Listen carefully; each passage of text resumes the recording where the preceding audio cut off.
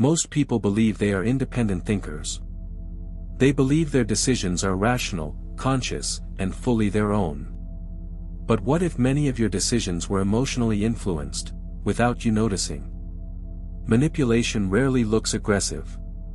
It does not usually involve shouting, threats, or obvious control. The most powerful psychological control is subtle. It feels natural. It feels like your own idea. That is why it works. Every human being has emotional triggers. Fear of rejection. Fear of loss. Desire for approval. Need to belong. Need to feel important. A skilled manipulator does not attack you directly. They study your emotional needs.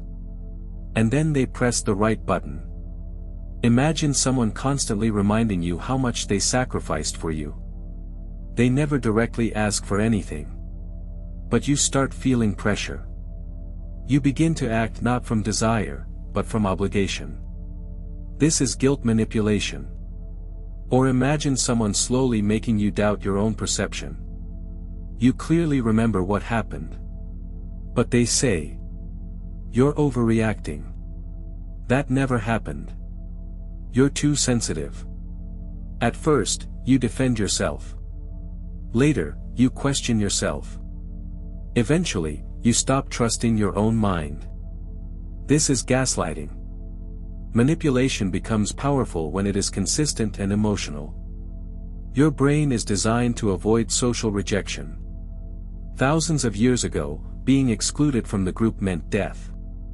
Today, your nervous system still reacts strongly to conflict and disapproval. A manipulator uses this biological weakness. They might withdraw affection when you disagree. They might become cold when you set boundaries. They might threaten to leave. And suddenly, your body reacts with anxiety. You are no longer thinking logically. You are trying to restore emotional safety. That is the moment control happens.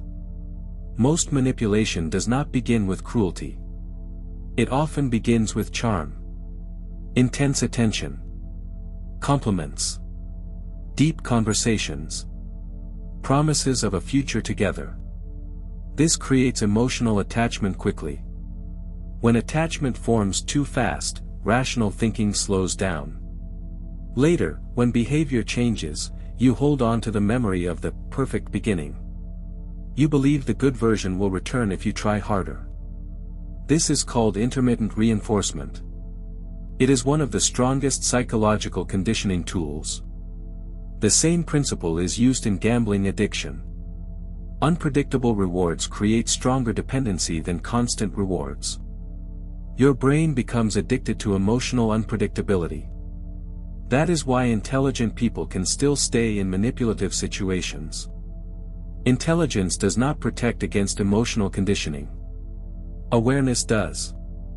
Another powerful manipulation tactic is playing the victim. The manipulator presents themselves as misunderstood, hurt, abandoned. You begin to feel responsible for their emotional state. And slowly, your role shifts. You are no longer equal. You are the emotional caretaker. Control grows quietly in imbalance. Healthy relationships do not require you to constantly prove loyalty, explain yourself, or shrink your needs. If you often feel anxious before speaking your opinion, that is not harmony. If you feel relief only when the other person is in a good mood, that is not stability. Your nervous system always tells the truth before your mind does. Manipulation survives in confusion. It weakens in clarity. To break control, you must first observe patterns. Ask yourself, do I feel free around this person? Or do I feel monitored emotionally? Do I act from desire? Or from fear of reaction? The strongest defense against dark psychology is emotional independence. When you are not afraid to lose someone, they cannot threaten you with absence. When you trust your perception, gaslighting loses power. When you accept that not everyone will approve of you, guilt stops working. Manipulation requires emotional leverage. Remove the leverage, and control collapses. The truth is uncomfortable. Many people manipulate unconsciously. They learned it in childhood. They saw control used instead of communication. But understanding does not mean tolerating. Boundaries are not aggression. Saying no is not cruelty. Choosing your peace is not selfishness.